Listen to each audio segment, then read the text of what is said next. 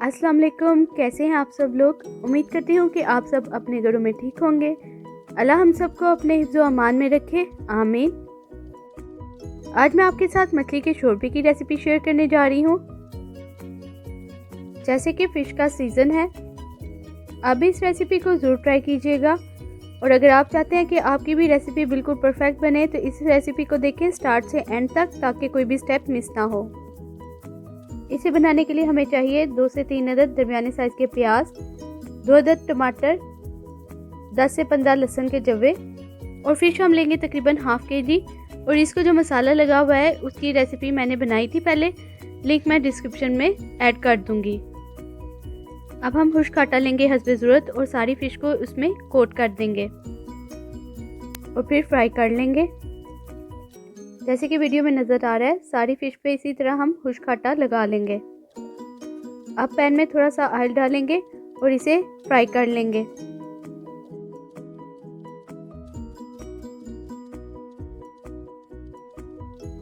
अब कुकर में टमाटर, प्याज, लहसुन और 1 गिलास पानी शामिल करेंगे और इसे स्टीम दे देंगे तकरीबन 10 मिनट।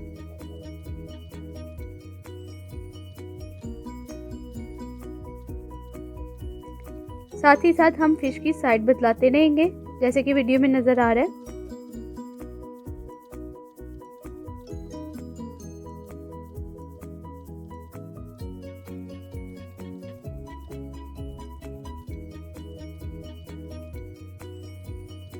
स्टीम लग गई है, अब हम इस मसाले को ग्राइंड कर लेंगे।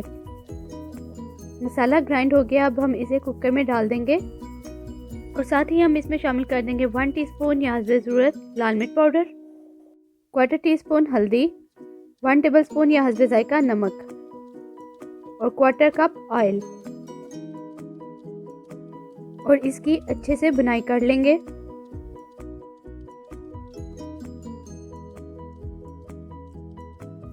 जब मसाला भून जाए तो हम इसमें 1 टेबलस्पून खुश्क धनिया पाउडर शामिल करेंगे और तकरीबन 1 मिनट मज़ीद बुनाई के बाद इसमें फ़िश शामिल कर देंगे।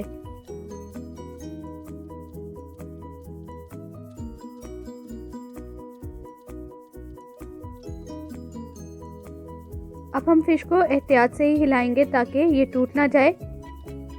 अब हम इसमें हाफ प्याली दही शामिल करेंगे और एहतियात से मिक्स कर लेंगे।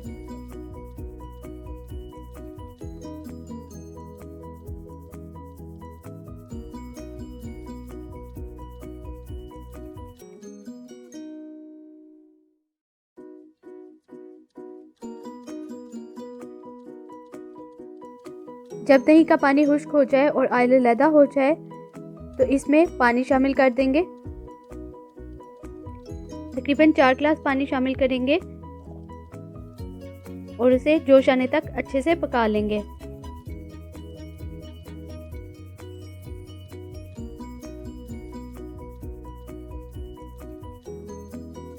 एक जोश आने के बाद आंच हल्की कर देंगे और इसे हल्की आंच पर पकाएंगे। और जितना शोरबा आपको पसंद है, जब उतना थिक हो जाएगा तो चूल्हा बंद कर देंगे और एंड पे हम इसमें हरा धनिया शामिल करेंगे और सर्व कर लेंगे। हमारा मछली का शोरबा तैयार हो गया है। उम्मीद करती हूँ कि आपको मेरी ये रेसिपी पसंद आई होगी। इस मछली के शोरबे को आप रोटी के साथ भी सर्व कर सकते हैं और उबले हुए चावलों के साथ भी। ये मछली के शोरबे की बहुत ही इजी रेसिपी है, आप भी इसे ज़रूर ट्राई कीजिएगा और मुझे फीडबैक दीजिएगा कि कैसी बनी। अगर आप मेरे चैनल पर नए हैं तो मेरे चैनल को सब्सक्राइब करें, वीडियोस को ज़्यादा से ज़्यादा शेयर और लाइक करें। मुझे अपनी दुआओं में याद रखिएगा। Thanks for watching. अल्लाह हाफिज़।